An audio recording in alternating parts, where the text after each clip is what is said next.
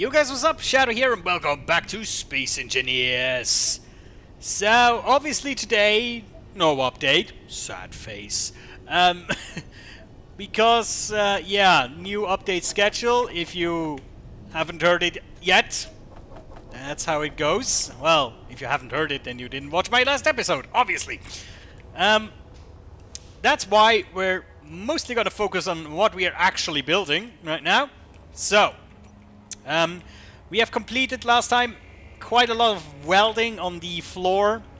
So, this time we're gonna build some more conceptual things. And basically, this time the main thing we want to do is we build the bridge, so to speak. Even though I think I explained it once before, the way that you normally, or that I normally build in Space Engineers is actually not very space-like, because it makes no sense, but hey, it's a video game, I don't care. Right. So, what I'm thinking is that after this section where the bridge is, there's going to be another section, like a front section with a lot of armor and weapons. And, well, so like some forward-looking weapons. Maybe I'm going to do like a torpedo bay, although I'm not quite sure how I'm going to do that, actually. But yeah, maybe, you know, like 10 rocket launchers or something placed in the front so we can just like absolutely annihilate something. So yeah, but this section is going to be a little bit thinner probably than this one, or is it going to be thicker? No, it's actually going to be thicker. Right, so let's start. So what I want to have on this commando section of the ship, let's make it about this wide. That's 2 wider on each side than the previous part. And if we actually put on these, then it's 3, which is quite okay. So what I want to do is have like an observation deck as well. Even you probably wouldn't do that on a warship, right? Because having an observation deck with glass is like a weak point. You know, it's like in every boss fight, the enemy has like some obvious weak spot, and that would be mine. And then you're always asking yourself, why would you build it like that? That obvious weak spot, you know, that obvious big exhaust vent at the back with the big red lights around it. Why would you do that? Anyway, so let me think. Let me think. So there's gonna be something like this. Right? And then the actual observation deck. There's gonna be like arrays of windows, and the windows are gonna be 3 by 3, I think. So that's a 3 by 3 window, and then that is wrong. And then something like this, a 3 block wide gap, and then another 3 by 3 window,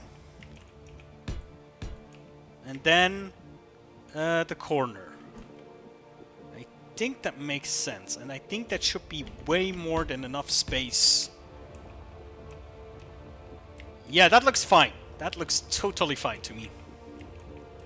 So we'll have an observation deck. You know, you can have some additional passenger seats for people that want to sit on your ship and, you know, fly with you. Come fly with me. I can show you the world. No, actually I can't right now because the ship is not working. We're still in construction. You know, be patient. Right, so again, oh, here I have already fucked it up. 1, 2, 3, and then 1, 2, 3, 1, 2, 3, 1, 2. Righto! And you know, in the in-between part here, the 3 wide gap, there I can put maybe some sidewards thrusters, because these need to be like all over the ship. I know that technically, because inertia, no, what's it called? Like, realistically, if you if you put thrusters only at the back thingy, like if you put an upwards thruster at the way back of the ship and then fire it, it would technically turn the ship like that, but it doesn't in this game, obviously. But so you could technically have all your thrusters at the back, which from a PvP standpoint, if you're flying directly into combat, like a frontal combat ship, that makes sense. But yeah, this is more... I want to make it visually pleasing as well. So, yeah, there you go. Oh, also a very important part of the ship, which actually might be in this section as well, is like the oxygen production. Or do we do that in the quarters? In the living quarters, where the cryo facilities are going to be at. Is that what we're doing? I'm not quite sure yet. Everything will clear up as we go ahead, I think.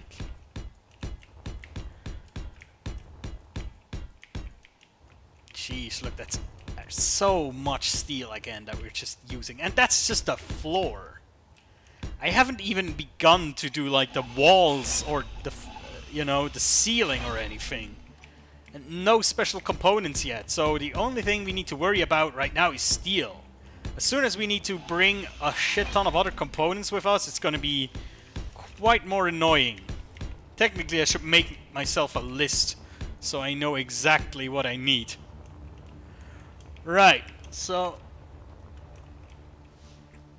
like that, and then now the frontmost part will be like the nose of the ship, and will be like an assault core. You know, I'm very bad at technobabble terminology. You know, something like, oh, we must overload the Helix assault core for transvorpal flux reduction, Captain. So yeah, I don't know how I'm going to call this. It's just like the front part that will be dedicated to like weapons, like rocket launchers. There will probably be like weapon control centers, like just a lot of like control stations for if you want to manually control the turrets and stuff. You know what I mean? And basically this part of the ship will become gradually more, how do you say that, tapered? You know, if it becomes smaller and smaller to the front. Is that what you call it, tapered? I think you do, right? But it's not going to be like too small, something like that. And then like here we'll have like a shit ton of rocket launchers, like left and right, so we can just annihilate anything that's in front of us. At least that's the plan. Also, this section might be like extra armored, you know, so this is the inner wall for sure. There might be like an additional outer wall made out of heavy armor blocks. So yeah, quite ambitious. Very ambitious indeed, actually, now that I see it. Although, you know, how much bigger is that than this one? How much do you reckon? That's like maybe 20, 30 blocks? I think this is at least 3, 4, maybe 5 times as big. And obviously there's also going to be solar panels on this, because this is not a complete warship. On a real warship, I wouldn't have solar panels, obviously. Because that's just... yeah, you're asking for trouble, basically. And you're making yourself like a bigger target. It's all kinds of bad. So let's hop into our welder ship. I think it's docked right now, right? Yeah. And start welding. Hopefully. Although I think we have more than enough. Wait, which one is my... yeah, I think these are my containers, right? I have more than enough steel plates, if I'm not mistaken. Yeah, 14,000. Jesus. Yeah, we're full. There we go. Welder 1 has undocked. On the way to the workplace. Our space anchor has done very well so far. I think we could technically unattach it now, but I don't want to run the risk of doing something stupid, so let's just not do that. But yeah, actually, so we can continue our discussion from last time, because it seems that the people have calmed down a little bit, you know? And I'm in a like a Facebook multiplayer space engineers community group, and there also the first reaction, of course, was a bit panic, but a lot of people actually have like calmed down and were like, yeah, you know, it's not that bad. Quality over quantity, which I think is a very good sentence to describe this situation, because every week, getting updates every week is nice because you're feeling progress, but it's actually not too much progress that is made. But of course you see it, because every week you gotta update the game, and you know that something is going on. And of course, now that they keep their cards a bit closer to their chests and basically tell us when they're ready with the update, we're not gonna see that too much, you know? We're gonna feel like, oh yeah, they're not doing anything right now. We don't know what's going on. You know, that's actually what normal game development is most of the time, isn't it? I mean, it's like a thing of the early access games that do this kind of stuff, that the step-by-step development that you actually, you know, almost have an insight to. And that can have its advantages. Because if you're not quite sure what you want to do with the game, and you need lots of player feedback, that is great, because at every step of the way you get like people correcting you, people giving you nice feedback.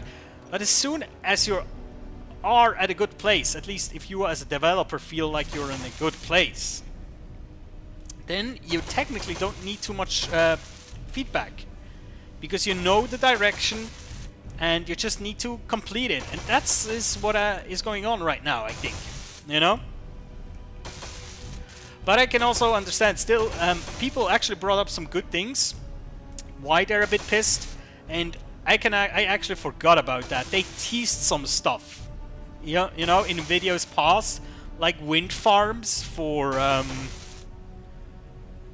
planetary energy, basically, so you can get energy without solar.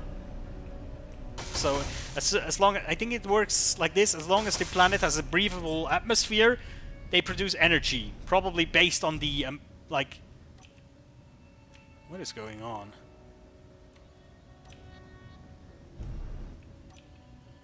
Based on the atmosphere. What the hell? Are the batteries empty? No, not really. Are they? Yeah, I think the battery is empty actually.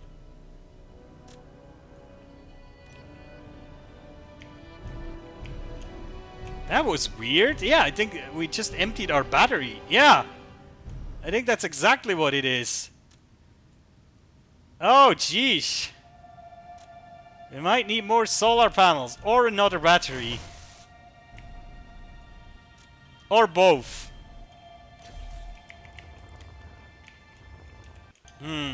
Let me just check something real quick. How are we looking on the old uranium? There's the inventory. There we go. Uranium. 99 kilogram in the speed assembler.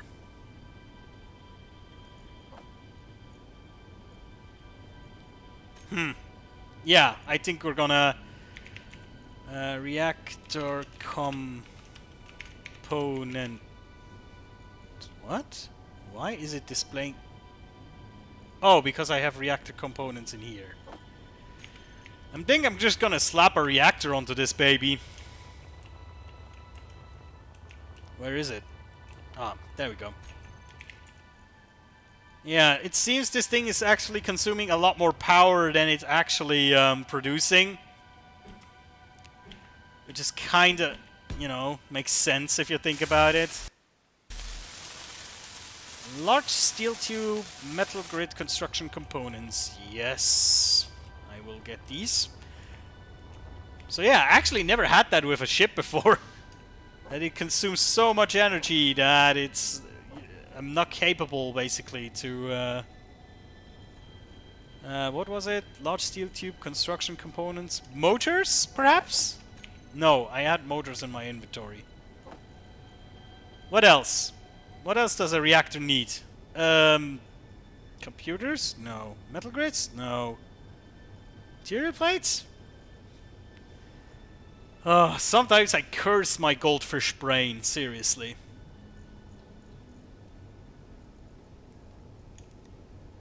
I'm just gonna take... No, I have computers in my inventory. You know, I can just look it up. Metal grids. It is metal grids. I shouldn't doubt myself so much. Don't slam into the thing. Yes, thank you. There we go. And... yummy! Tasty, tasty uranium. Yes, I do have fuel. What is that no fuel bullshit? Is that just telling me the batteries are empty, basically? Is that what it is?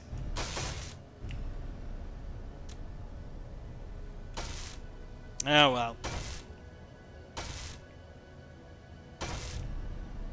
Come on. Come on! Nyah! Jesus Christ. Oh, I should put more thrusters on this thing, but then it will drain batteries even faster, which is terrible.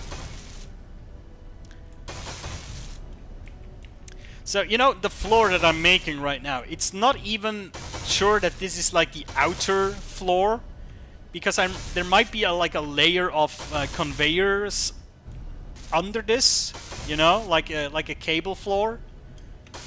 Because we're gonna need like oxygen in every section, you know, we're gonna have to have connections between the sections, between oxygen tanks and cargo containers. Oh yeah, we don't have like a dedicated cargo hold yet. Or is that gonna be where the bridge is? Because the bridge is basically gonna be upstairs. Or maybe...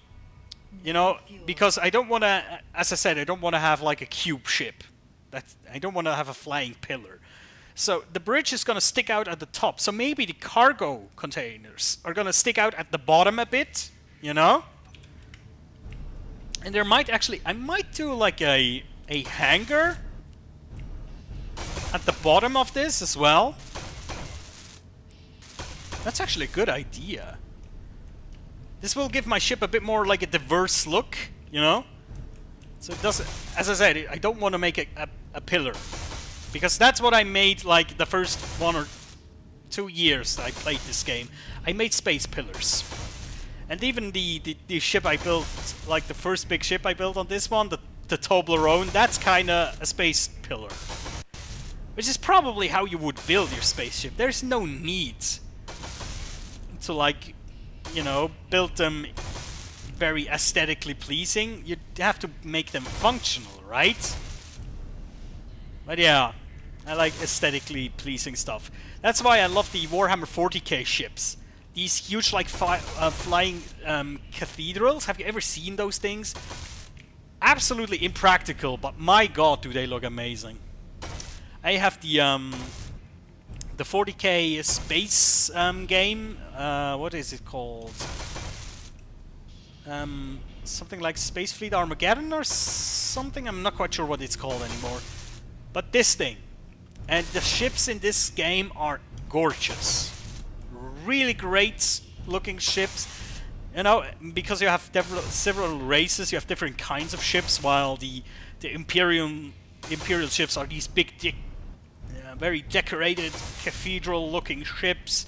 And then you have the Eldar ships, very sleek and, you know, almost bird-looking, like, you know, with nice rounded wings and stuff. And then you got orcs, you know, just put together a bunch of metal scraps and somehow it flies. Actually, if I understand the lore correctly, it flies because the orcs believe that it does. Sort of like the reverse concept of the bumblebee. Isn't that like the urban legend that it can fly because it doesn't know that it actually couldn't fly? Something like that. The orcs is the other way around. If enough orcs believe that this thing can fly, it will. I think that's kind of the lore. I'm not very good at 40k lore, but that's the last thing I heard of it. You know, the more orcs come together, the more likely they will have a spaceship, because they believe it can fly. It's kind of crazy. And actually, I've seen some people on the workshop have actually tried to recreate the Imperium of Man kind of battleships. And they look so freaking good. I mean, you cannot really recreate them one-to-one because they're so complicated looking. And if you would do them to scale, I mean, I think there's like a poster somewhere out there, or an image that compares ships of different sci-fi genres. And the Warhammer 40k are on the bigger side of those, most of them. But of course not the biggest. There's some like really ridiculous ones, you know, in scale to each other, and some of them are just adorable. You know, like the Millennium Falcon and such. They're like, oh, look at this tiny little ship.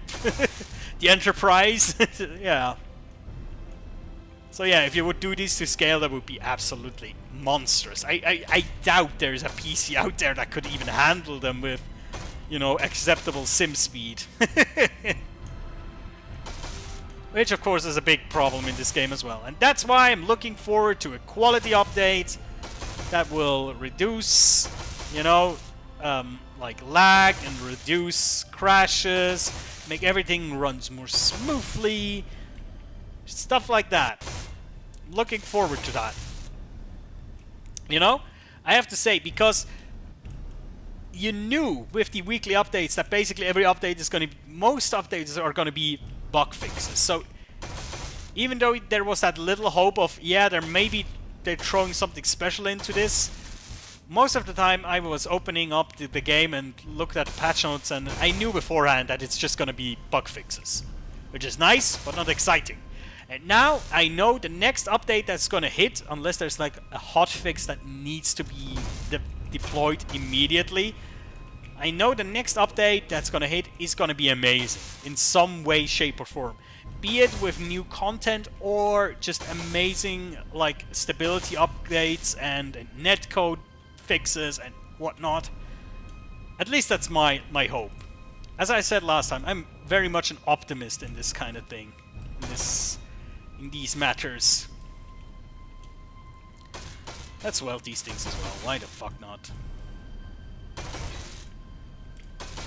And then I think I'm actually gonna quit for this episode, because, as I said on some other episodes this week, I need to keep them a bit brief, because I need to actually record for almost like 1.5 week worth of content.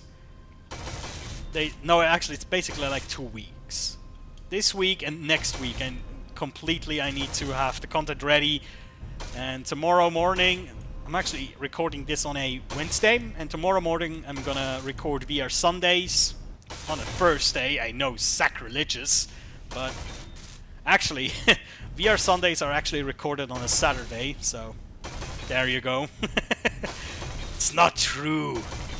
I'm lying to you. It's not the Sunday. But yeah, there you go. We're almost done. And actually, after we're done here, I think we can actually start outlining like the actual components. I mean, we have kind of done it in the factory just to see if it fits. And you know, we can actually start to outline where will the cargo containers be.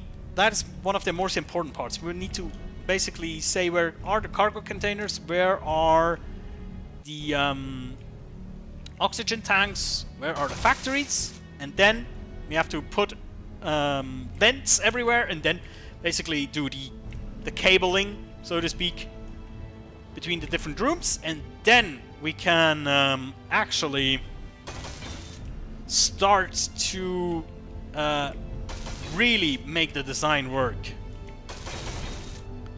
And I'm just seeing I'm almost running out of oxygen.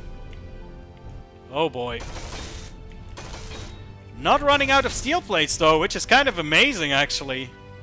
We welded this whole part now with just 11,000 steel plates. I think that was what we had in our inventory when we started. Let's see how much we have now.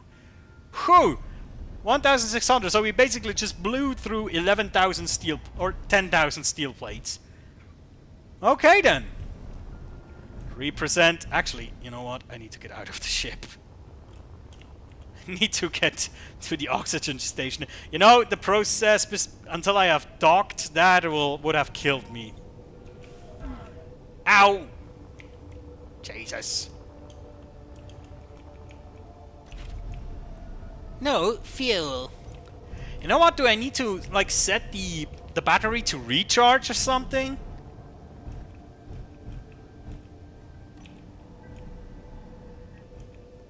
Because it is possible that if I'm docked and the batteries are not set to recharge, that the batteries are trying to like contribute to the assemblers, you know, power-wise. So let's recharge this battery. How long will that take, by the way? 15 minutes. In 15 minutes the battery will be fully charged. Yes, I'm the medic. No, not really. Right. Well, where is that thing? Thumbnail image time. Which is always nice. You see, we're getting good progress. Very good progress indeed. So, guys, thank you so much for watching, and I'll see you next time. Take care.